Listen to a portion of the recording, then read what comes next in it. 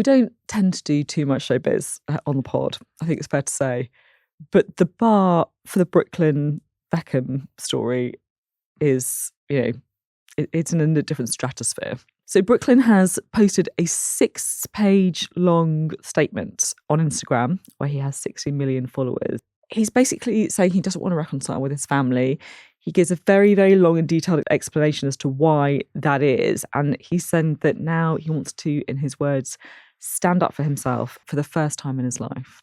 Honestly, when I come to this, it breaks my heart, and I get a little, it's not my business really, but I get a little bit upset and angry because as someone that's lost a parent and a brother, I just think, sort it out.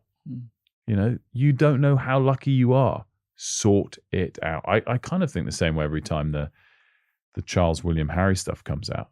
Enough time has passed. Sort it out.